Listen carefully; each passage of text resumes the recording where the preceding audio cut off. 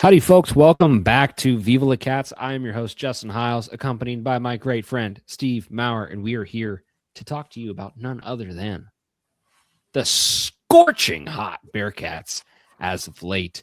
The Bearcats are on an incredible run through the month of February, now into the month of March.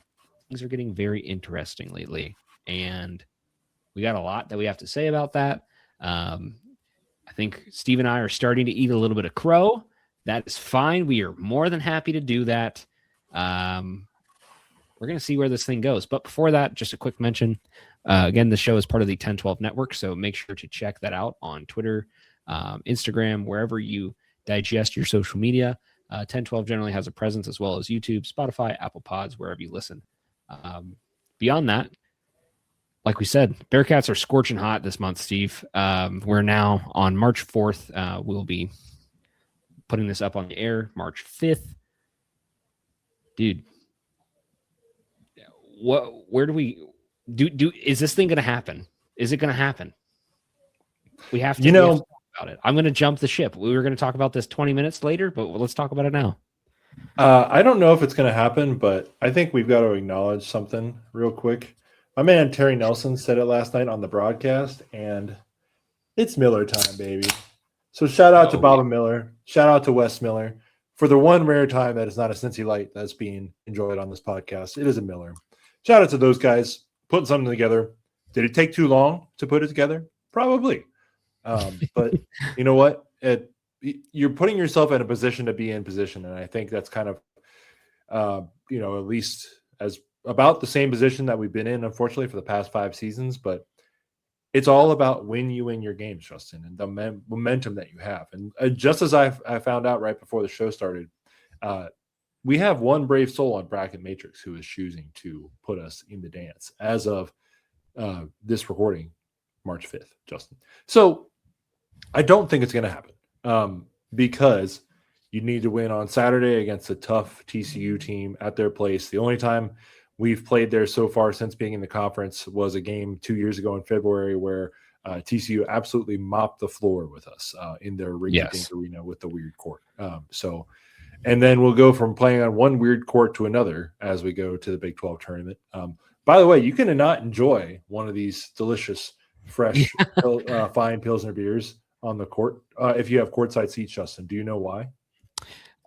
Because the court is electronic now.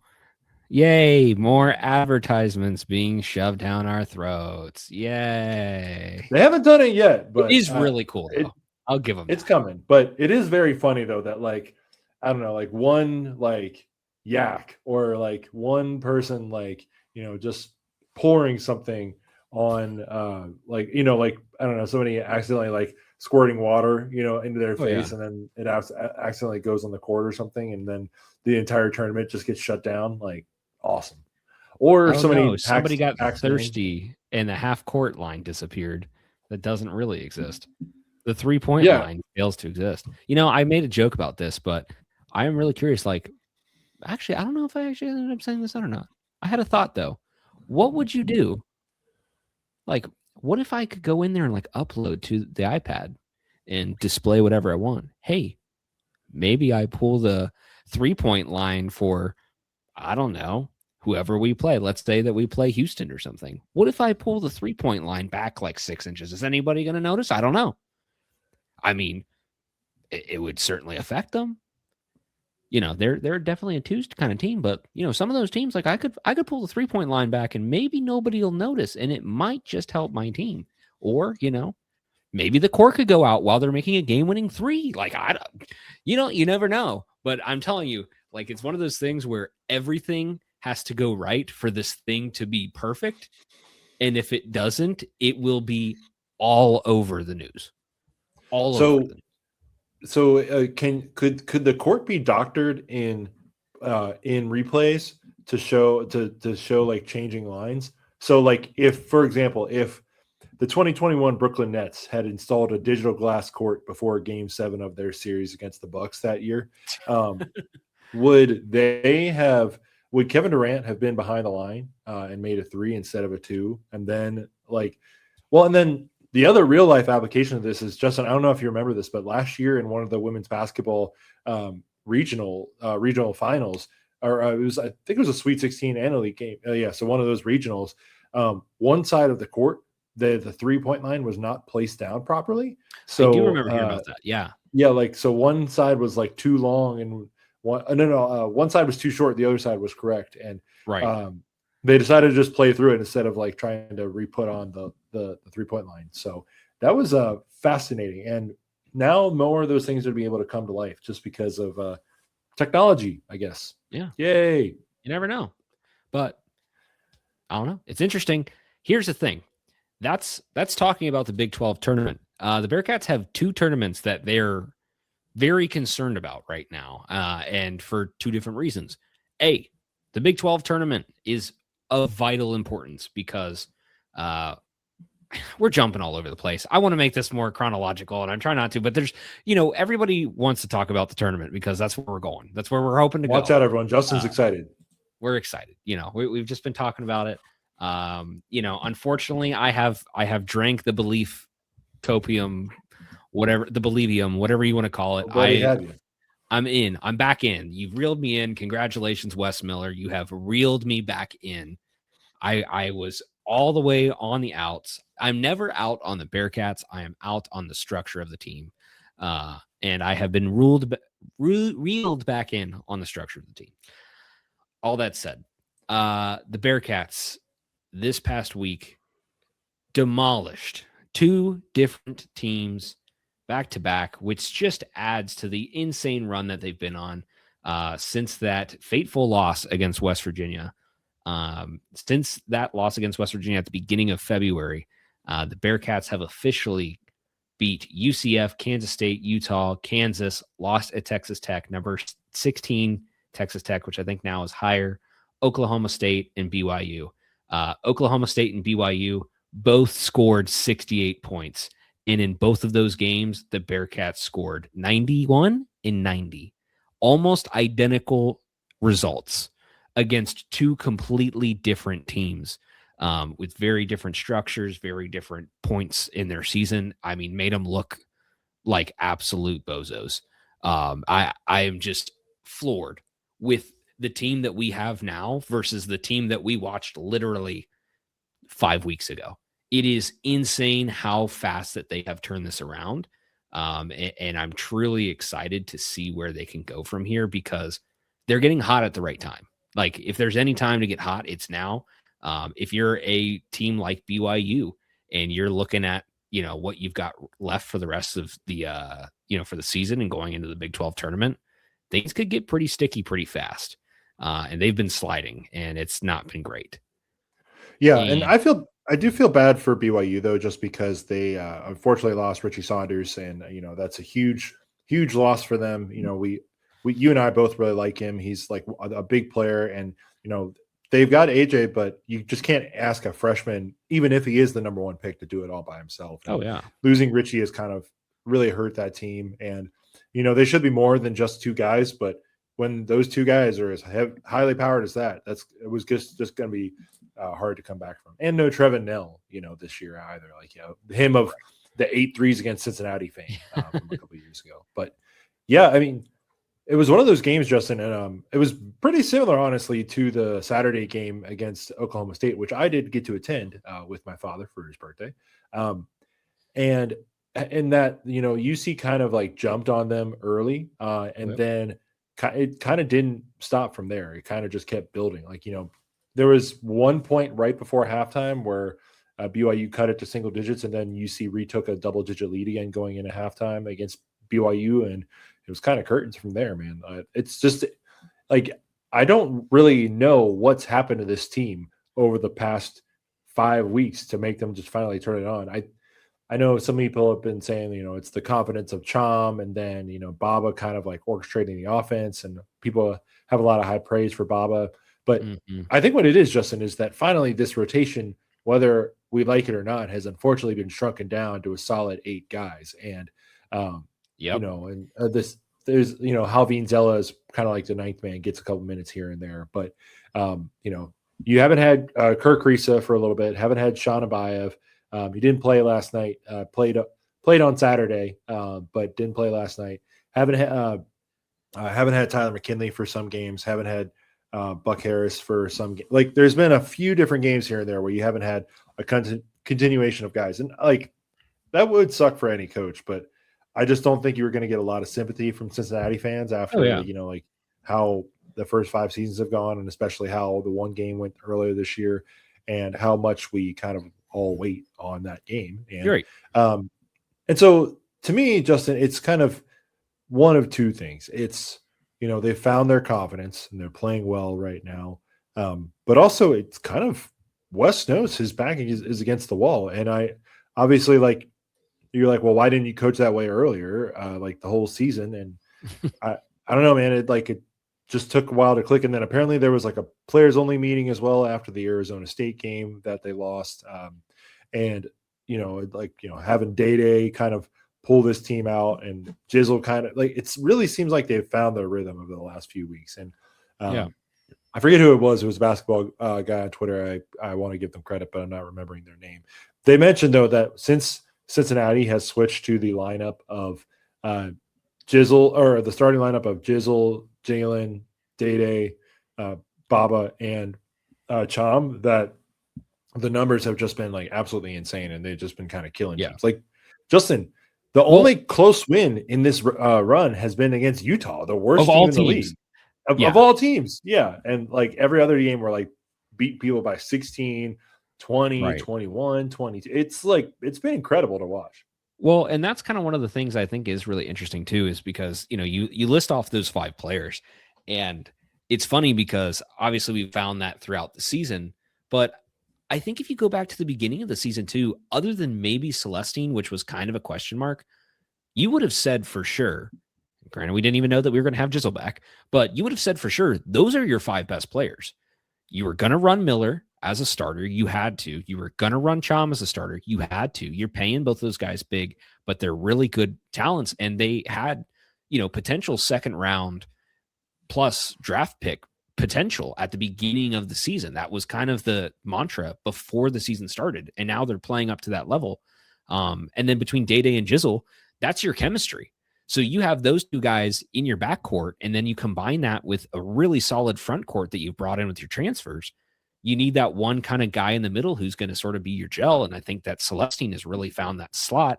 And he's sort of been that kind of Lukosius type guy that you needed, that, we unfortunately didn't really get that performance out of Seamas last year, but the year before that, where you needed a guy that was just going to be a drop dead 3 shooter, like just going to nail it when you need it. And he has been on it for a long time.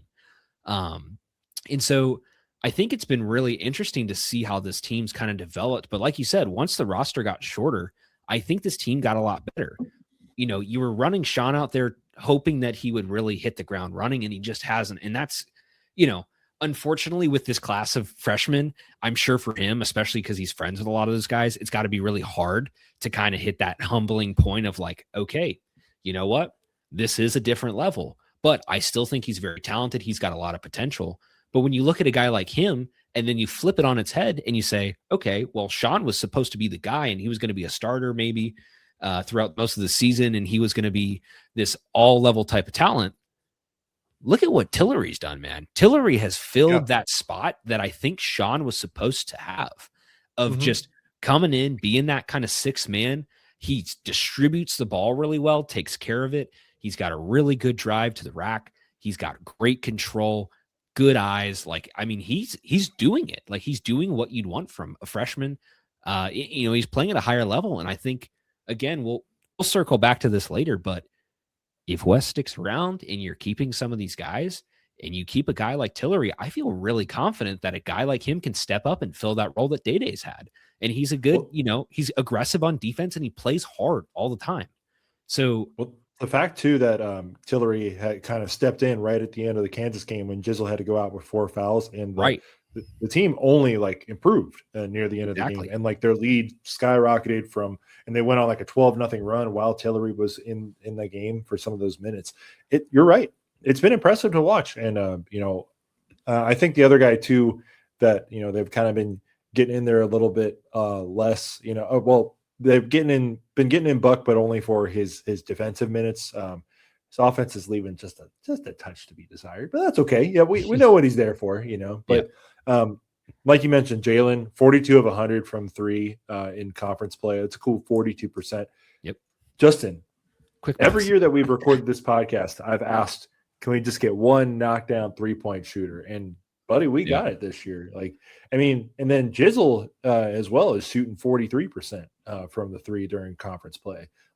These guys have been on it. Even Day, who's been a pretty solid shooter all year, and for his entire UC career, is only shooting 33% from three in conference play. But I think just the fact that the offense has finally started to come around, and Bobby Miller being one of those guys that's finally kind of stirring the drink. The only thing that has been kind of frustrating about this entire run is that you look at the first 20 games of the season and you're like, where was this? Why didn't we have this? And, all signs point to them being left out on Selection Sunday. And if that does happen, then you're only going to have to look at the games you lost in the early part of the season when you didn't have everything figured out. And of course, I think we mentioned, but Jalen was hurt at the start of the season. He's only really been fully healthy since the start of conference play, which, imagine Well, and speaking of Jalen, you still haven't had Haynes the whole year at all, which you were expecting to have, which is another depth piece. Yeah. Well, and then the other thing too, Justin, is that I don't know about you. You're more the basketball, X's and O's, nuts and bolts guy. But to me, one of my biggest problems with the shootout was that Mustafa Cham was not really being aggressive around the rim, especially with the fact that Xavier does not have a good rim protector. And Cham was, I don't know if he was nervous or, whatever, but he was kind of taking 2 and 3 foot baby hooks around the rim and was not really getting close and attacking and dunking the ball. And it does seem that too, he's been a lot more effective and become more confident, and obviously scoring 28 at Kansas in a blowout win will help with that. But, I've kind of noticed that when he dunks the ball, he's kind of unstoppable, because, you kind of got to protect against that. And then he's been able to get out and shoot, make a couple threes as well. He's been fairly consistent. He's shooting 70% from the line as well. 17 to 22 on dunks. Let's up that game a little bit more. But I don't know, man. I think seeing some of these guys finally come on as conference play has gone on has been great to watch. And I think we see it. I think we see the overall roster vision. And shout out to Corey Evans as well, and shout out to Wes for kind of having this vision for the roster. But if they don't make the tournament, then I think you still got to hold to the precedent, Justin, that was there at the start of the season. And if we want to pivot into this for a couple minutes, before we do that, I got a few things to mention too. I think, alrighty, please do. I think one thing that I look at too is the big turnaround that I think has really started for this team. A lot of it comes down to confidence, which is massive. And that I think goes back even to what you're saying about, Moo during the shootout. I think these guys were just a little bit scared to use their physicality and their size. I wouldn't even say scared. I think that they were just trying to focus on different elements of their game. It's you have this advantage over so many different people. And let's be honest, what you've had against these Big 12 teams, which are generally really difficult teams. You're talking Iowa State, Arizona, Kansas, Texas Tech, you name it. We've played some really hard teams this year, but the physicality in this conference is superior to every other conference. And that's kind of one of those things that I look at as that's where I think the biggest disconnect was, is they just didn't really figure out how to use their physicality to their advantage in non-conference play. And I think that really burned them, because so much of the game went through the the front court, during the front half of the season. And that's why it was okay, we're scoring 60 points in a game because we can't make any threes and nothing's happening. They immediately changed the perspective where it's no matter what, we drive to the basket, we force a shot. If we can get to the line, we can get to the line. And that, I think, mentality change that they've really driven home of just trying to focus on rebounding and being physical down low, I think that's helped them so much more because now they're staying in games. But the difference is they're not even staying in games. Like you said, they're blowing teams out of the water. I wanted to really draw this comparison because I think this is huge. So if you look at this stretch that the Bearcats have been on, again, after that West Virginia loss, West Virginia is getting so much airtime over the past week just because they're the last team to beat the hottest team in the country right now, which I actually saw something today Texas too. Tech. What was that? Oh, yeah, Texas sorry. Tech. Yes, correct. Sorry. Yeah, we'll give you your shout out, Texas Tech. We know you need it. I think the really interesting thing, though, is the Bearcats right now, again, have been super hot. But when you look at the score lines, since that game, they've beat UCF by 20. They beat Kansas State by 29, Utah by 4, Kansas on the road by 16, still the biggest loss that they've taken in Fog Allen in like 37 years. Then, of course, they lost to Tech by 12. That's after 4 straight. And then you beat Oklahoma State by 23. You beat BYU by 22. You are smacking these teams. And here's the best part, Steve. The best part that I've asked for so long, and we just have not seen it. The Bearcats beating UCF. I'm going back a little bit, but I'm going to try to make this fast. 92-72. Guess how many lead changes were in that game? There was like 1, maybe. No, 0. The Bearcats never fell behind in that entire game. Against Kansas State, how many lead changes? 0. Never once fell behind in that game. The Bearcats against Utah, lots of back and forth, 8 lead changes, tight game. They were actually down with about a minute and a half, 2 minutes to go, and then they got a nice late surge and ended up winning. Against Kansas, 12 lead changes, but when they hit the 8-minute mark, they cracked it out, 8-minute mark in the second half. They cracked it open, never looked back, held that lead for the entire rest of the game. Against BYU, 3 lead changes. That last lead change happened at the 16:43 mark in the first half. They dominated for the final 36 minutes of that game. Oklahoma State, 2 lead changes. Those 2 lead changes, they happened within the first minute. The Bearcats never looked back from that point. And that's what I'm talking about, where it's like this team has truly been dominant in a way that like just metrics aren't necessarily going to talk about. They have been getting these leads and holding them for 40 minutes, for 35 minutes. It's really impressive to see what they've done because the beginning of the season, and they were hanging around in some games, but they just couldn't get it done. And then some of those games, they really got let get away from them. But now, over the past month, they have just absolutely dominated teams, full stop. And they have not let anybody else get back in the game. And that's a huge momentum killer for other teams. And that's why this team is red freaking hot, man. It's exciting. Like, we haven't seen the Bearcats play at this level since probably 2017. If we're being completely honest, we have not seen a Bearcats team play this well in almost a decade. But the worst part of it is you got to make it connect, because now that you're doing all this, and this is why it's so exciting, is because you have a real chance. And I got to say, like, this run too, no matter what happens, I'm happy for them. And I'm glad that they did this because they can prove to themselves that they're capable of it. Because we all knew that the potential was there. They were just falling short of it. But now that they're actually doing it, it's really exciting. You just really hope that they can make it happen, because this is my final point, and then we'll move on to your point there that you had about Wes. And then we'll talk about TCU as well. I wanted to draw this comparison. Let's go back to the fruitful year of 2022. Okay. Just hang with me for a second, Steve. 2022, there was a special little team that was sitting at 17-10 after a win against Boston College. Do you know who that would be? Take a guess. NC State. Yes, it would. It would be NC State. And you know what they did after that Boston College win at 17-10? They proceeded to lose the next 4 games straight. They lost to Florida State, number 9 UNC, number 9 Duke, and Pitt. 4 straight to go to 17-14, which doesn't look all that different than where the Bearcats sit right now, record-wise. You know what they did after that? They found a nice little streak, got hot. Where did they do? They beat Louisville. They beat Syracuse, number 11 Duke, UVA, and number 4 UNC to win the ACC championship and fight their way into a bid to make their way into the March Madness tournament in 22-23. Sorry, I guess that was 23-24. Man, time flies. Got my year wrong there. But regardless, after that, you know what they did?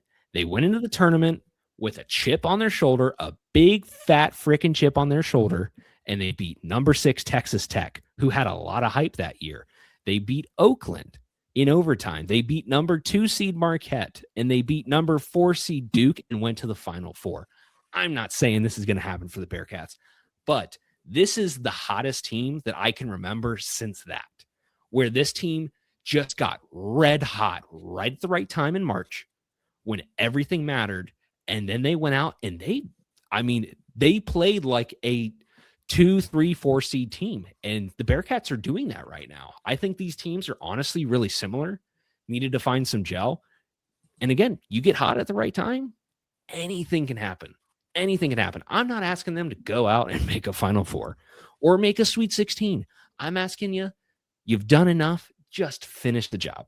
Finish the job. You got TCU coming up. Finish the job and do something in the Big 12 tournament.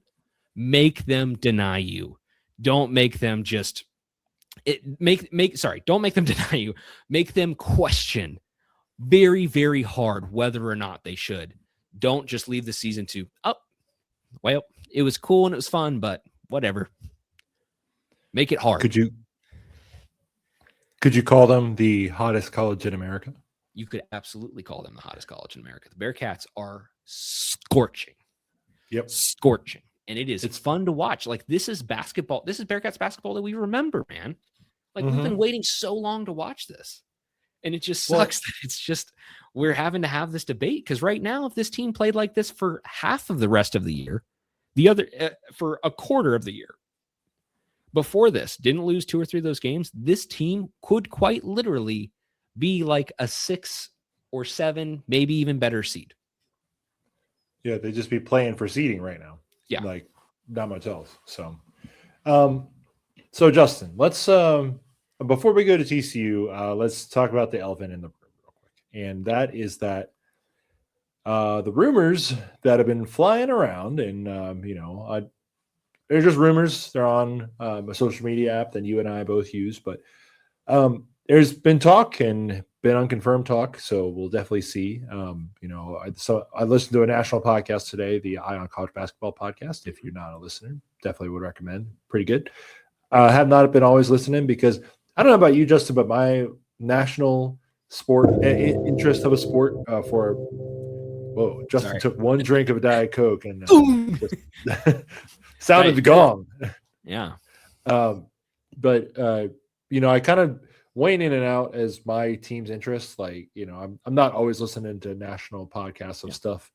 Maybe college football is the only one I listen to all the time. So I was listening to, the Eye College Basketball podcast today because obviously they're going to talk about the Cats. So, I thought it was interesting. So Wes interviewed with one of their hosts, Matt Norlander, before the start of the season at Big 12 Media Days. And Matt Norlander basically just said it up front, like, hey, you kind of need to make the tournament this year. What's that pressure like for you? And Wes kind of responded to that. And so Norlander's kind of had that all year. And he still maintained that that Wes Miller is still probably coaching for his job, regardless of, because unless they make the tournament, that's kind of been the thought all year. But what's been floating around on the Twitter streets is that he is already going to come back for next year.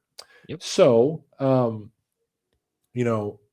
not to take the sails out of this run, and if they make it to the tournament, then he achieved the goal and don't need to fire the guy and we can move on. But I don't know. To me, if that is true and that does come true, and we joked about it, Justin, that we'd quit, if that happened, but it would just be depressing just for the fact that, like I've been saying for the past few weeks on this podcast, that we would probably be, if not the best job available, like one of the top 2, if not top 3 jobs available. And the fact that they would rather just, kind of like let it pass and try to just invest more money into a roster again that is by a head coach who, if they don't make the tournament, hasn't been once in 5 seasons.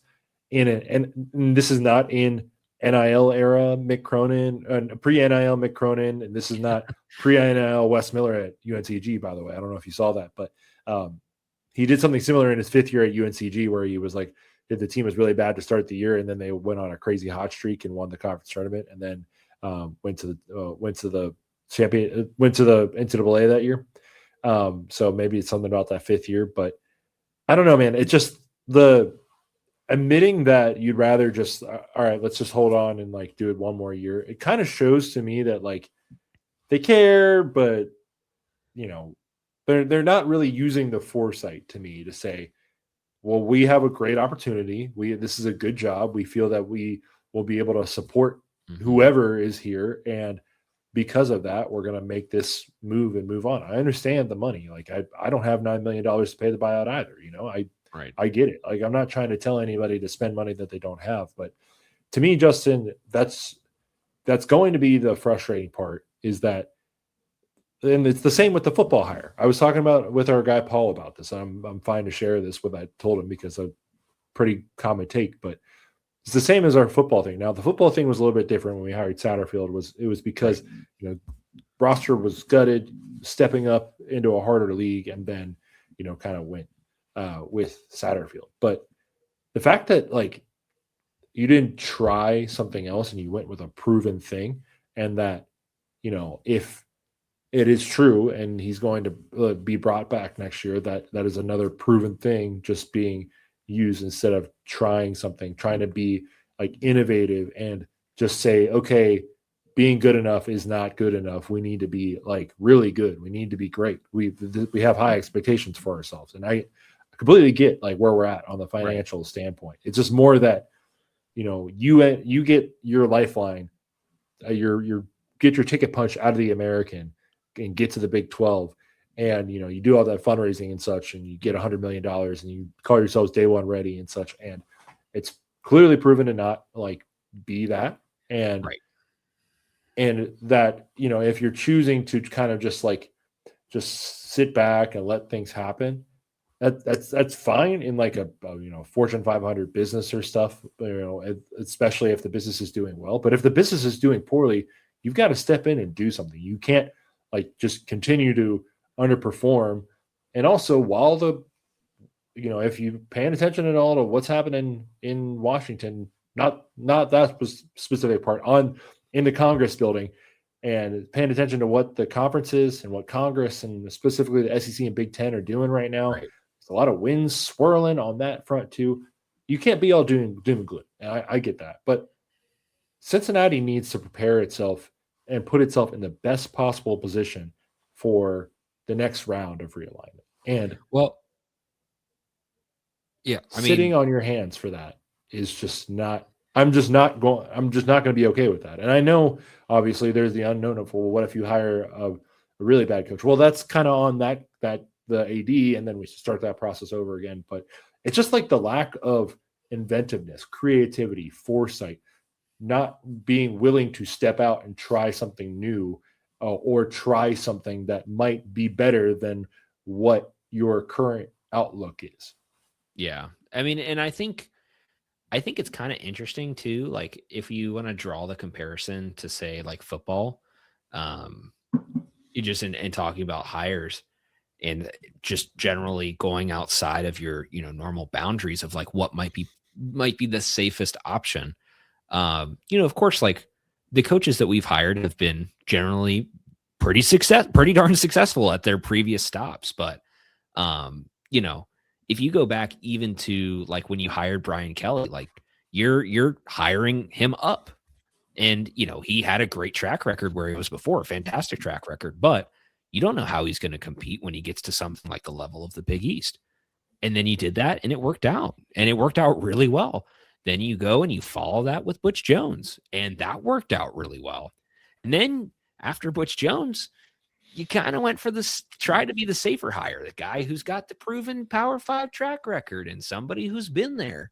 That didn't really work out. And then guess what?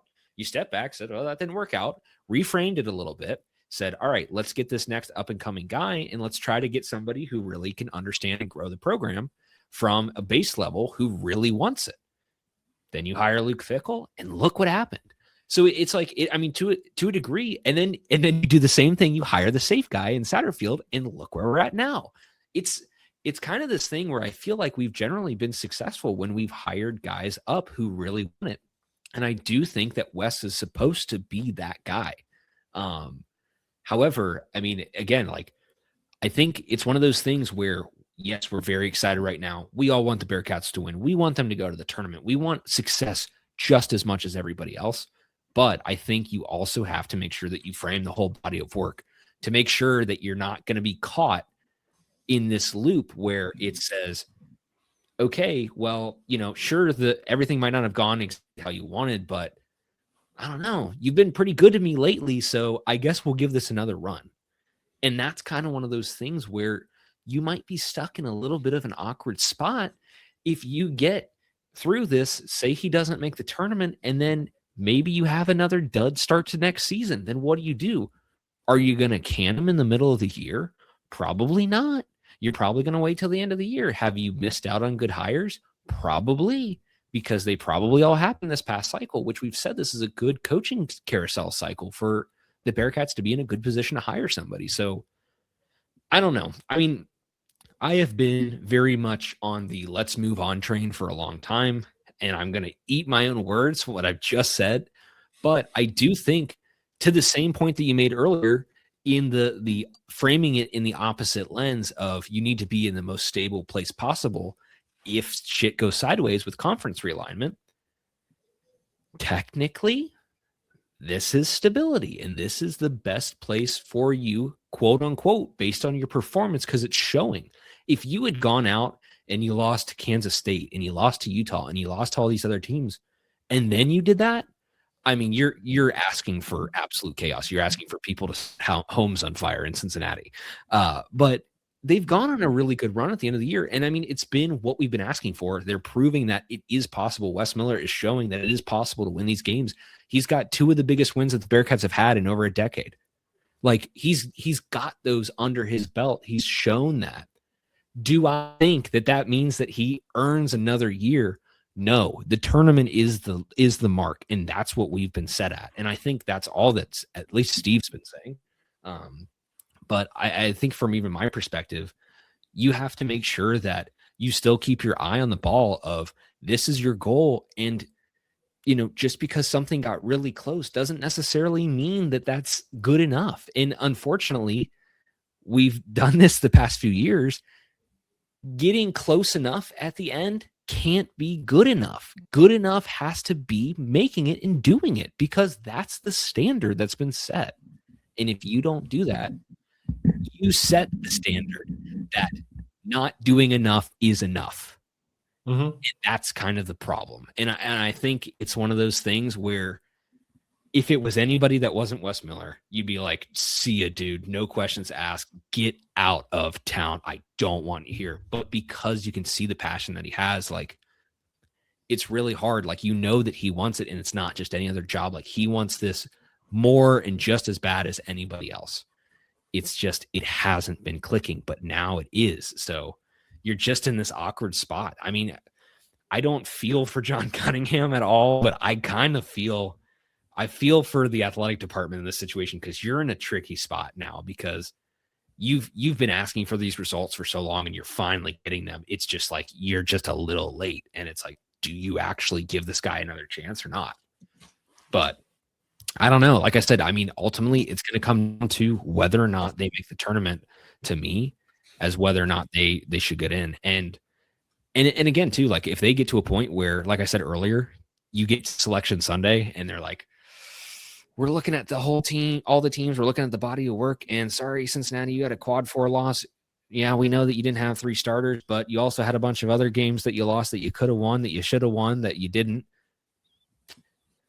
Sorry, but your run was good enough, but it wasn't at the end to get everything else because you screwed up early. Like, then, yeah, maybe you let Wes come back. But, like, it's a tricky spot right now. Like this is probably going to be one of the hardest like decision lines, and I think a really big split for the fan base. And I don't know. Like again, like I said, you just can't let not good enough be enough.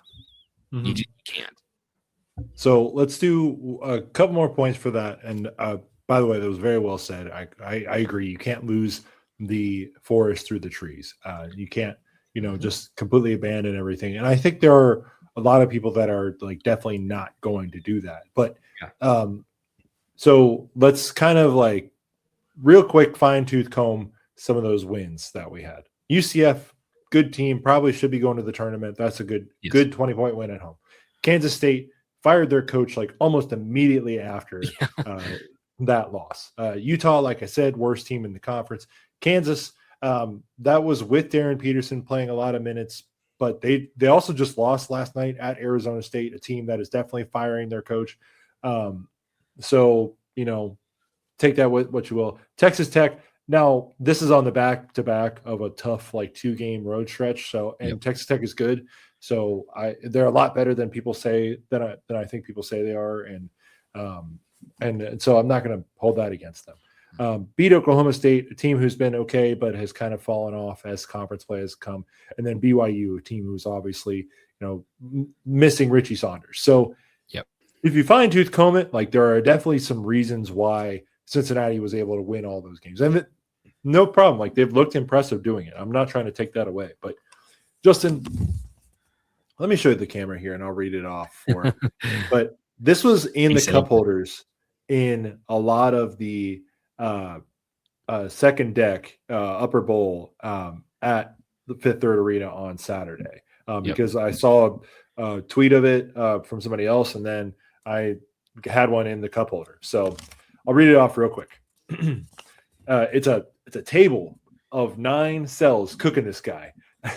I appreciate that someone went on Word and then use the big arm or whatever it is to cut these all up. And then somehow whoever this person is, good on you for like getting into the arena somehow and then putting these all in there. So, okay, let's read it off real quick. 0 NCAA tournament appearances, 0-11 versus Houston, 1-4 versus Xavier, 61 average end of season KenPom ranking, 95 average end of season KenPom offensive ranking, 11-47, make that 12-47. By the way, come on, commenter, should have looked ahead to the BYU game.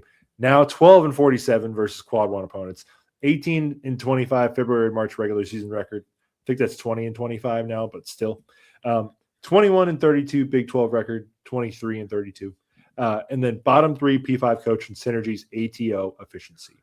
And then the person's opinion says, it is time for Wes Miller to go. If you are unhappy with the state of Cincinnati basketball, please respectfully voice these stats, your opinions, and hesitancy to renew your season tickets to John Cunningham, and put his email on there. Anthony DeFino, his right-hand man, put his email on there. Tristan Mulcahy, lead of fundraising for UCats, and put his email on there. And Brad Pike, who I don't know, but his email is on there as well. So I'm just saying, Justin, like I completely get what you're saying, but after reading all of those off and kind of like remembering what the past 4.5 years have been like, to me, like the decision should be an easy one, and it should be time to go if we don't make it. But we'll just have to see what they do. And let me be clear though, too, Justin. Let me be clear. I don't really think there are going to be a lot of people that are going to be happy with Wes Miller coming back, even if they, pull this all off. And that's the thing is like, where's what line of chaos happens let's not say when. What line of chaos happens if the Bearcats don't make the tournament and they bring back Wes? The palette is still gonna. I don't know. Are people gonna really feel better? I just don't know. And I think that's one of those things that you're kind of in. Like I said, we've said it 5 times the show, and we'll say it for the final time. It's an awkward spot. It's just an awkward spot, and you don't really know what you have to do here. But that the Bearcats have to do one thing, and if they want any shot of making the tournament, it is to win at TCU. They got a game. It's March 7th. It is currently the 4th. The day that you're listening is the 5th, 6th, 7th would tell you that is Saturday at 1 p.m. The Bearcats currently, according to ESPN's matchup predictor, 44% odds on making that a W for the Bearcats and finishing off the season with their scorching hot run to put them in really prime position here at the end of the season. What's been really interesting is that two things before we get into the actual game itself. The seed line, which I think has made the Big 12 tournament really interesting right now. Not last night. Last night. Wow, this week's been a blur. Last night with the game, you have a really interesting shakeup that's been happening in the middle of the Big 12 as far as seeding goes. Before the BYU game, Cincinnati was sitting, I think, at 10th or 11th. I think it was 11th. And then, lo and behold, West Virginia lost, UCF lost, TCU won, BYU, of course, lost to Cincinnati, who was right there next to him. Colorado won, Arizona State won. And so you had some really interesting movement yesterday, and in the day prior as well, that now, that 11 spot that the Bearcats were at, instantly they jumped up all the way to the 8th spot. And the 8th spot, you know what that means, Steve? That's a bye.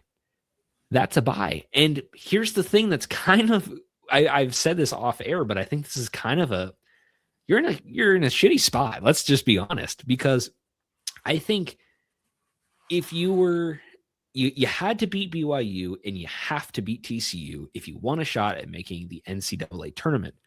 But for sake of the Big 12 tournament, where you need at least you need 2 wins to feel confident on Selection Sunday. You need 1 to have a shot, and you need a lot of other teams on the bubble to lose. But if you beat TCU, that puts you at 10-8 in conference. If UCF wins their next game, they will also be 10-8. TCU, of course, if you beat them, they would drop to 10-8.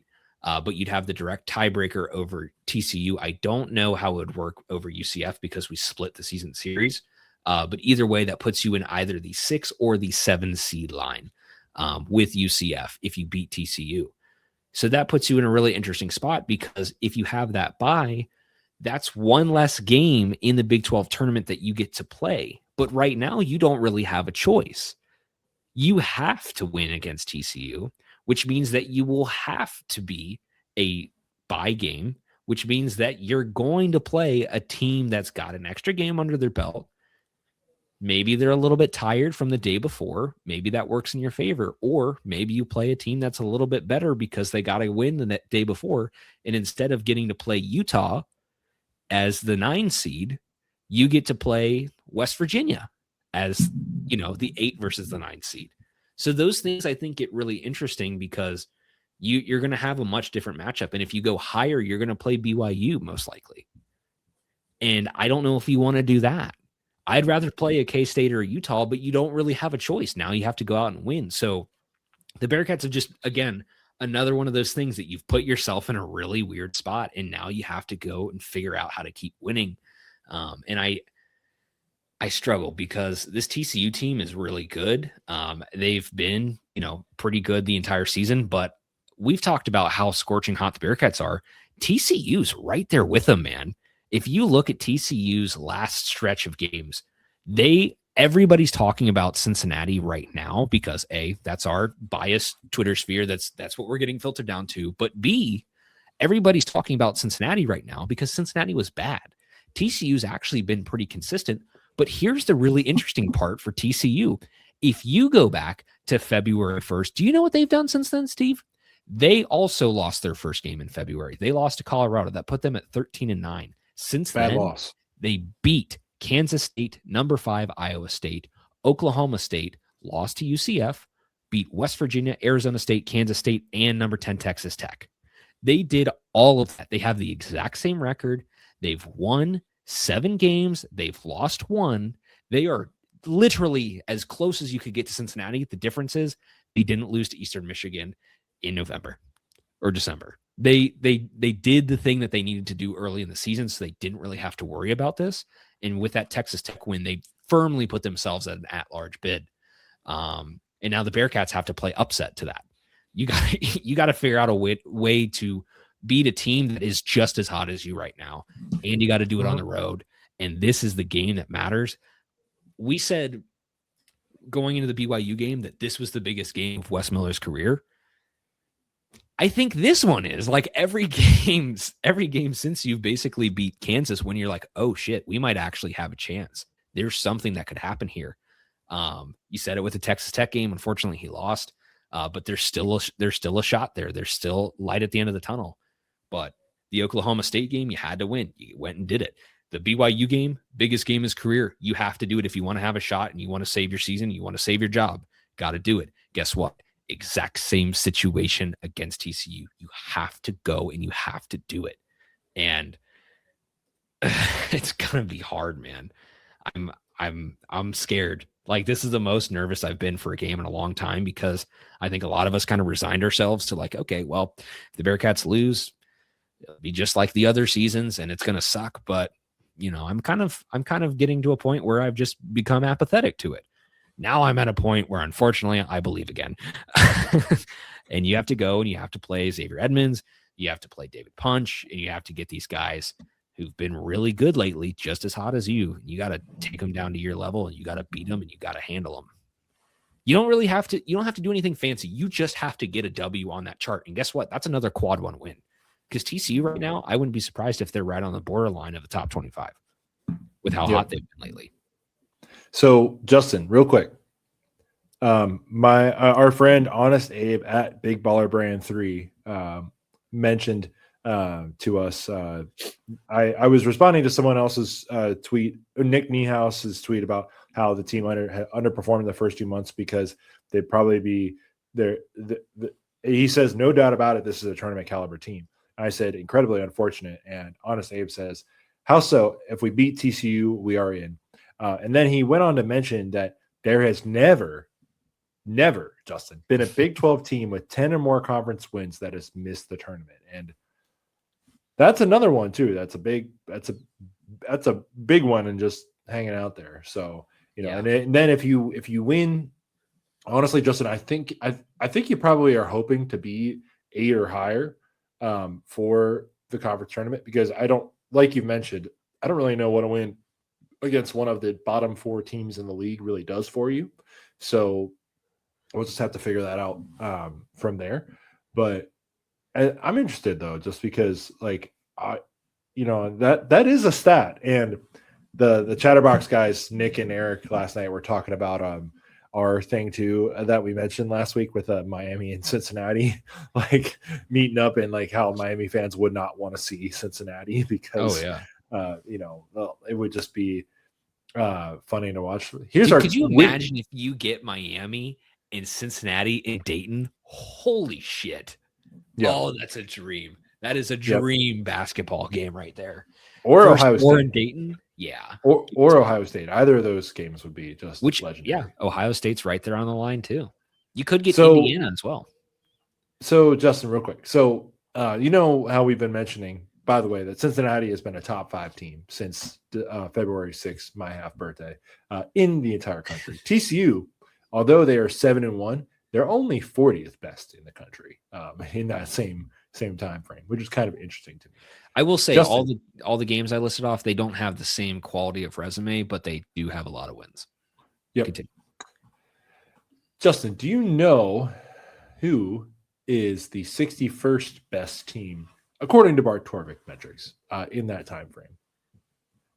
Miami? I don't know. That is Miami. It is indeed correct. Okay. Miami.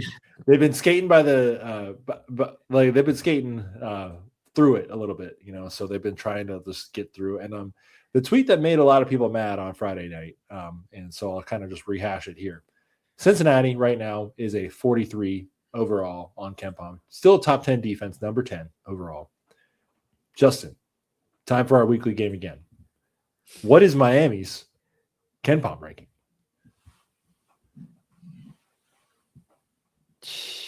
I don't know. 74th. 88. Still. Wow. Yeah. So they fell after I made that tweet about them. Jeez, man. I gotta say, Steve, can you repeat exactly what you said is happening before the before the show about Miami? You have to remind me. I'm sorry. Mogging. Yeah. UC is brutally metric mogging Miami right now. It's brutal. You know, you hate to see it. Really, I'm really just feel bad for them. You know, and they're fans on Twitter who have seemingly come out of the woodwork for 1 year. So, by the way, last Friday I said I quote tweeted ESPN's tweet about Miami winning on a last second game winner, and a lot of fans were. All I said was, Justin, Miami is 84 on KenPom, UC is 47. A fairly harmless, innocuous tweet. I felt that there was nothing wrong with that. And if anything, I think it just highlights how much of a slight that Miami has had this year. Yes, and of course we got standard. Right, yeah. If anything, it's crediting to them. A UC account supporting Miami, you're not going to see that. You know, it never happens. But it was just funny because like people were like, "Oh, let's play basketball, not spreadsheet," and Eastern Michigan, we beat them, so you know. But it is funny, and you're right that like you know they're kind of like they're kind of cooked if they don't win the conference tournament. I don't think they're going to get in. Like number of wins be damned. Like they played, Justin, by the way, they played 3 games against D2 teams this year. So technically their net record like is 27-0. Like they're not 30-0 on the net because those games against D2 teams don't really count for anything. So I don't know, man. Like it's just like how much college basketball has changed over the last 20 years. Because like if Miami was 30-0 in like, you know, 2004, they'd probably be like a top 5 seed. Like just, and like they didn't really play many people, you know, but that's just how much the game has just changed. So I think overall, I'm pissed on the half of Miami fans that this is even a discussion.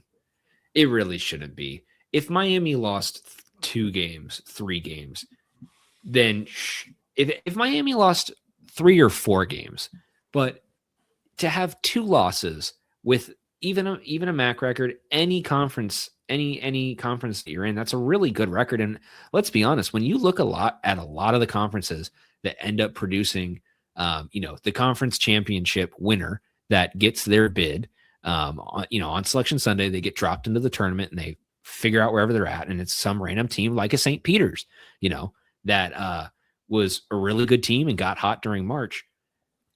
Teams like that don't always have a great record either. Sometimes that team is like 18-15. Sometimes that team is like a 15 and I don't know, 15, whatever. My math didn't work out there. 18-13, whatever. Sometimes you don't have like teams with good records, and then they still end up surprising you. Miami is 30-0. Like that just doesn't happen. It doesn't happen nowadays in sports. It's really hard for teams to do that, especially in basketball. It's very difficult to win 12 games in football, to win 13 games in your championship in football. It is that much harder to do it in basketball. And I think it's just kind of one of those things that goes to show is like that shows quality over the course of the entire season. And dude, if Miami doesn't get in, we have lost the plot. I have lost all hope for college basketball. If they lose 1 game at the end of the year after going a perfect 30-0, I don't give a shit who you played, man. If you went 30-0, it shows consistency. And guess what? You want to know what the most interesting statistic out of all of this is, Steve? What's that? Miami has precisely, in this 30-0 stretch, they have 7 games that they've won. 7 that they've won when it came down to 1 possession. Do you know how valuable that stat is when you get to March Madness?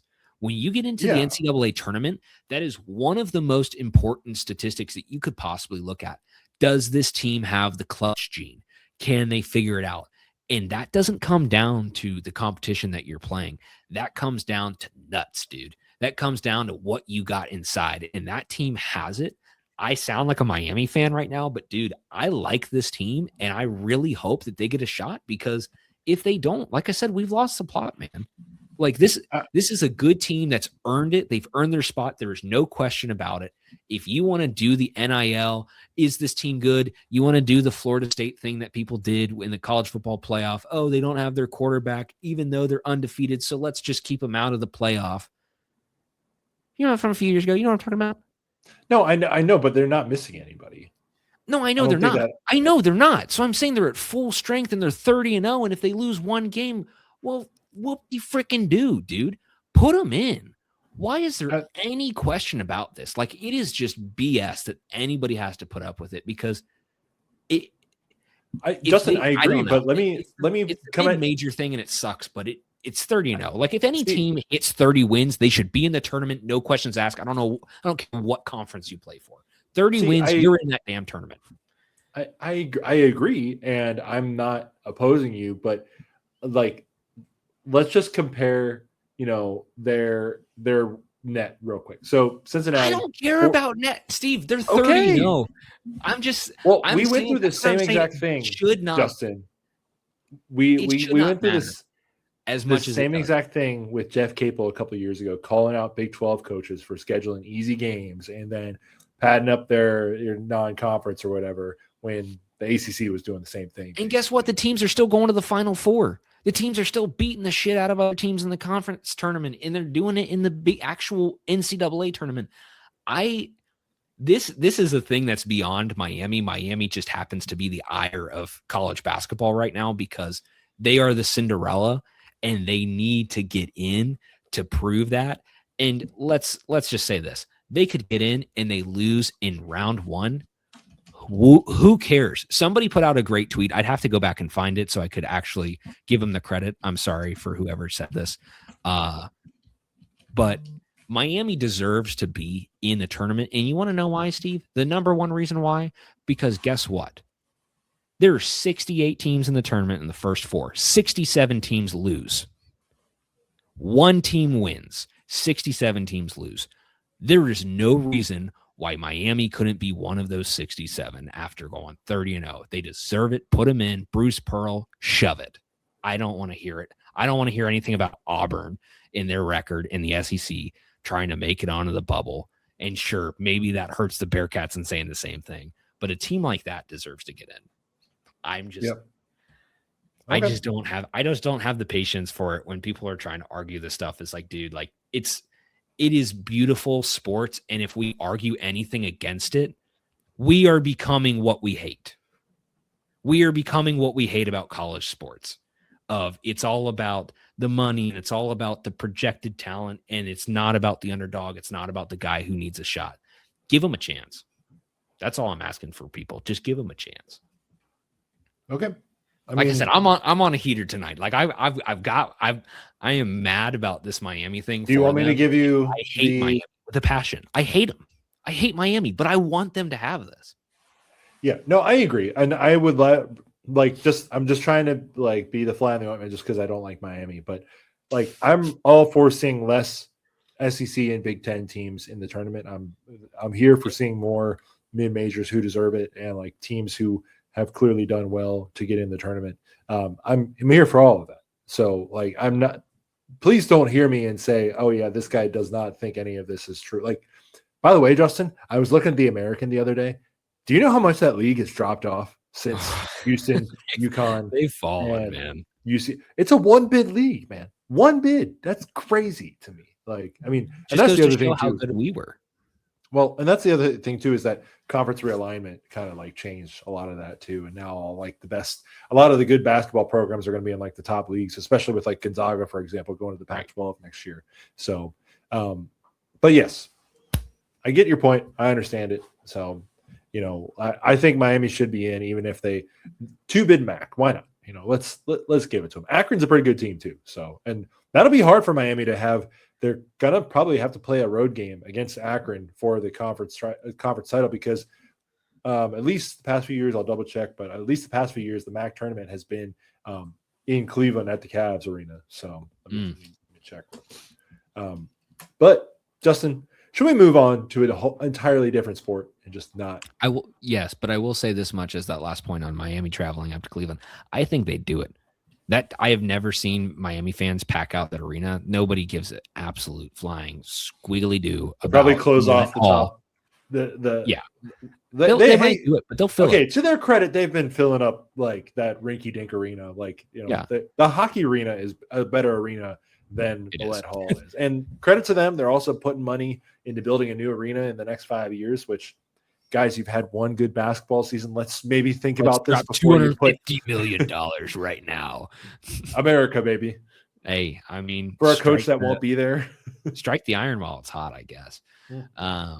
Yes, we have officially talked an hour about basketball, everything Bearcats you could possibly imagine. Can you tell we're interested? A good amount on it. And see, here's the best part, Steve. We wouldn't be talking this long about basketball if there weren't this much to talk about. But guess what? We're at a really fun and interesting point in time, and I'm excited. For once, I feel excited about this team in a long time. And that goes for especially basketball, but that goes for football too. I think there's a little bit of there's a different energy right now to this program at this very specific point in time. That may all be stripped away from us on Saturday. We will find out. But Bearcats go to TCU. Please find a way to win that game and continue to give us hope because, that's what we're fans for. We just live for the hope. Yeah. We are going to. Akron is 16-1 in the MAC. They're on a 15-game winning streak, and Miami could only lock up the MAC title last night.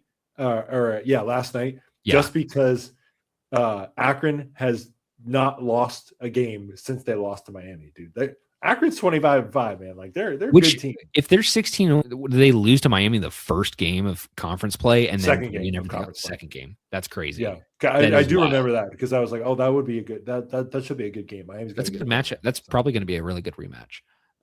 If they get there. Our guy Curry Hicks Sage is saying that UMass is going to knock them off. So we'll see. Or Miami, you could just spare my entire rant that you somehow got enough airtime on Viva La Cats, a Cincinnati Bearcats podcast. You just win the whole thing rant by just winning it. So just go and do that. And Travis Steele, I guess you're just not going to be a Cincinnati coach this year because I think Western Marsh sticking around. Steve, baseball, Bearcats. Let's try to keep this quick, but we're going to give you a little update on baseball. We're going to give you a little update on track and some other sports as well. Most importantly, though, Bearcats basketball was 17-13 on a nice little streak. Bearcats baseball is 9-4, off to a really solid start this year. Yes, sir. So, Justin, here in the Cincinnati area, the second coming of Noah's Ark has been floating by my house. It has been this absolute torrential downpour for about the last 4 days, and it is projected to be until about midday on Saturday. So, because of that, Cincinnati had to play the last two games of their series against Austin Peay in a doubleheader this past Saturday. Lost the first one, won the second one to take the series against Austin Peay. Won the first game, too, on a walk-off home run from Quentin Coates.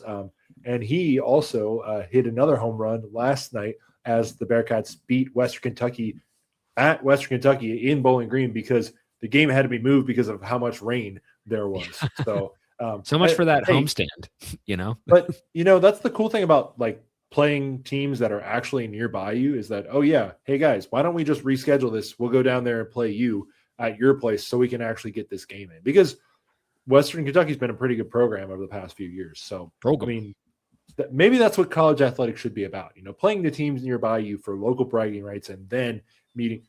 Anyway, if it weren't on a Tuesday night, I would have gone up for sure. Yeah. It's only like an hour and a half. So tonight, as you were recording this, there's a Buc-ee's right outside of exactly. Bowling Green. By the way, I've been there twice. It's on the same day. It was beautiful. I stop every time I make a trip. Oh, it's the best. So today, as you are listening, this series may get moved around. So check at Go Bearcats Base on Twitter or your social media platform of choice just to make sure that they're playing that day. But as currently scheduled, Cincinnati has a 4-game set this weekend against UC San Diego. UC played, this is the back-to-back of a home-and-home series where Cincinnati played at San Diego last year in the second weekend of the season and unfortunately did lose a 4-game set 3-1. And so it will be nice to get the Tritons back here at at UC Baseball Stadium. They are only 4-6 this year. Cincinnati 9-4 this year. And guess what, Justin? The Bearcats this year or under Jordan Bischel at home, 41-16. That's pretty darn good, I'd say. They don't like to lose at home. They're once they get at home, they take care of business. So that would be a nice little 4-game set for the Bearcats. So you got Nathan Taylor going up on Friday night, Thursday night. He's the traditional Friday night starter, but it's a 4-game set. Logan Knight going up on Saturday. Adam Brower going up Friday. Adam Brower going up on Saturday, and then to be announced as our Sunday starter.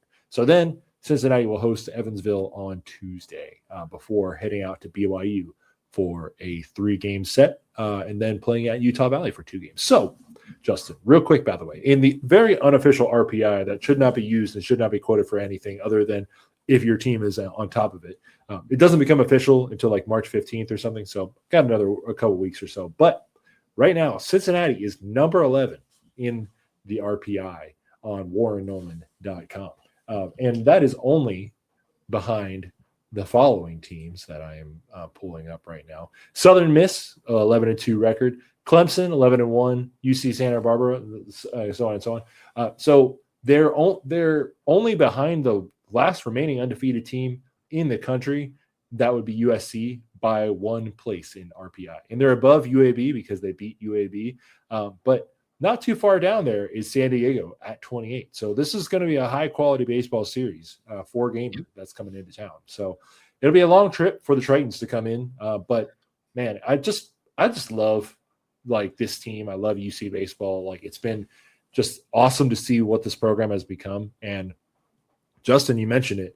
11.7, the college baseball Twitter account was testing a regional bracketology site that they were working on for fans to use. And what was one of the regionals that they had put out there? 6-seed regional. Cincinnati Bearcats hosting. Yeah, buddy. Hosting a regional. That'd be something. I think if we hosted regional, I think especially at that point, you're in late May, around that area, mid to late May. I think people would be really behind it. And I think you'd get a really nice crowd out there. I think you could do things up pretty nice. And I think if you host a regional, Steve, they might just do some extra upgrades to the stadium. They've been doing some upgrades over the years, but I think they might do a couple extra upgrades, maybe a couple extra set of stands, maybe do something in the outfield. I don't know. That'd be pretty sweet. That would be pretty cool. I agree. Let's make this Cincinnati's a baseball town. Why not make the Cincinnati Bearcats baseball stadium baseball town? That's right. By the way, Quentin Coates leading the team with dingers this year. He's got 6 so far, 737 slug, 16 ribeye stakes, and 12 runs scored. I'd say that's pretty good, Justin, to have a 737 slug. That is pretty darn good. First baseman, slugging guy, classic. There you go. Oh, Steve, do we have anything else on baseball? No, not at this moment, other than the fact that Cincinnati is going to, like we mentioned, host UC San Diego for this weekend set, and then they'll host Evansville, BYU for 2 series, and then host Utah for a series, and then we get some crosstown ball out against Xavier on March 24th. Then you get 3 games at home. Was that the Power? That's not good. Then you get 3 games at home against Kansas, and then end the month of March at home against Wright State, another good quality baseball program. So this is a fun time of year in March. And by the way, credit to UC for going right up against opening day. Well, not right against it, just because, actually, no, credit to UC because they have a baseball game scheduled in that weird day where there's the Reds play on opening day and then they have the off day for contingency. Cincinnati's got a game that Saturday night against Kansas to continue their Big 12 home slate. So I'd say that's pretty smart scheduling by them. Yeah, that is pretty smart scheduling. Yep. Steve, we are going to wrap this up with a few special mentions. We have one for the Bearcats, the TrackCats, as we like to call them, doing some absolute numbers this past weekend on Friday of last week. Again, Steve said it probably much more fluently than I, so I'm going to try to say it. Juliet Larquente Webner, I think I got that right. She defended her Big 12 pentathlon title and also broke her own record in the same process of doing so, which was just incredible. So you've got Bearcats winning a championship there in the pentathlon, and then Nixon Kogi. We just got to show the video. If we make a clip of this, we'll show the video. But for those of you who need to see it, go to our Twitter. You'll find it. The video is there. Nixon Kogi in the final stretch had this matchup. Basically, Oklahoma State guy looks like he's got it in the bag, wins it, and he puts on the absolute throttle, pedal to the metal. It's going through the floorboards, man. And he finds a way to pass him right at the end. And wins the championship for the 5,000 meter, which was just really cool. It's great to see Bearcats always winning some hardware. And that was very cool. And just wanted to give a special shout out to the TrackCats for that, because those are two really strong performers that have been very consistent. And I'm trying to remember at what class Nixon is at. Also sophomore. Juliet and Nixon are both sophomores. And they are. Isn't Nixon Oh no, he was we kept saying his name last year. He was freshman. Yeah. They're both sophomores, which it just goes to show that they have a lot of potential left. And it's also it's kind of one of those things where the sport is very year round. So I'm sure this will not be the last that you hear of their names. And it's just really exciting to see them perform at such a high level. So we wanted to give them a shout out. Steve. And I want to shout out also the Cincinnati swimming and diving team. Shout out to Nixon and Juliet. By the way, like their sport does not get enough respect and love. And by the way, doing it at Texas Tech too. Oh, we're gonna sue you, and we're also gonna beat you in your own game. Bring me my money. That is exactly right. And so we should shout out to this. That'd be a great video for that. Bring me my money. Shout out to the swim and dive team, by the way. The men swimmers actually showed up at the UC game in the cheering section last night, as they always do for the final home game of the year, in their Speedos and goggles and such, right in the front row, just to distract everybody. Great job, great work always by those gents.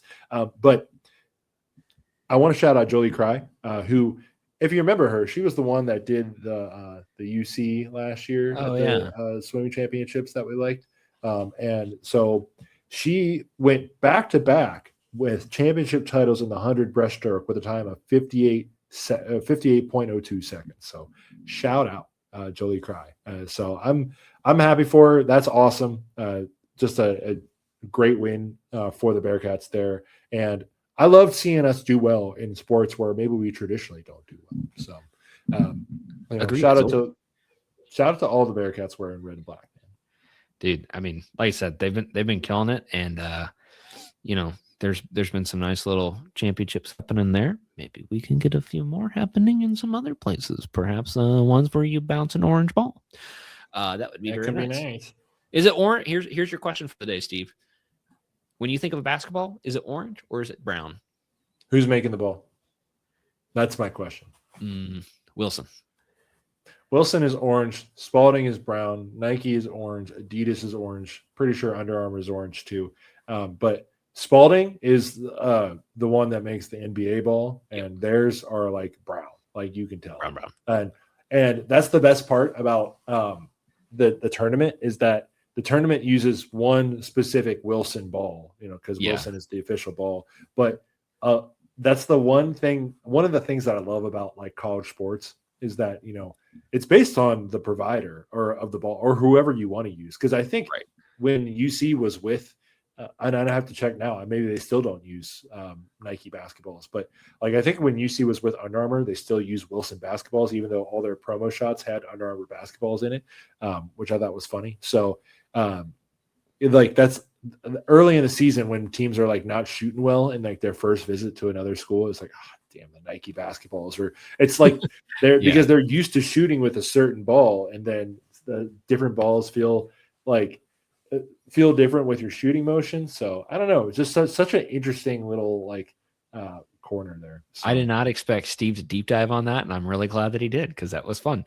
Let us also mention too that the final point of the day, and my final question for you, Steve, as we will leave today. Maybe we should. I bet you there's probably something on like a call sheet or some other, bullshit. Let's bet on anything website at this point. Trade. What do you think? Sure, trade. What do you think the odds are? If we had to give odds, what do you think the odds are that somebody actually finds a way to either hack the Big 12 tournament floor, or B, there's a malfunction in the tournament floor at any point during the entirety of the tournament next week? I say you can trade on anything, so I think so. My hope is that it's like a locked like local network or something, because somebody was saying, oh, it's got to be on a private thing. Like there's no chance that it's just a thing that like anybody. It's got to be like hardwired into the cord. Well, I say that, but the Cincinnati women's team, who unfortunately did lose today and their season is over in the first round of the Big 12 tournament, was cool, like seeing clips. The other thing too, Justin, that I think is interesting from a photographer standpoint that I'd love to hear from you after the podcast, just not to drive away any more listeners, is that the shadows on the court were very interesting, especially with the lights under it. And it kind of like gives like a little cool effect. But anyway, there is a video from yesterday when the players were like getting a shoot around on the court of them like doing autographs on the court, and it's showing up right away as they draw it and such. And that is what worries me, because if, that technology is connected somehow to that iPad, I just hope we at the Big 12 has some quality, good passwords, and we're protecting everything, because this is definitely a big lift and one that a conference has probably not had to do before. And I could definitely see something like that happening. I hope not. So turns out you find the local like network, and the password is just like Big 12 tournament. And by the way, you can't drink beers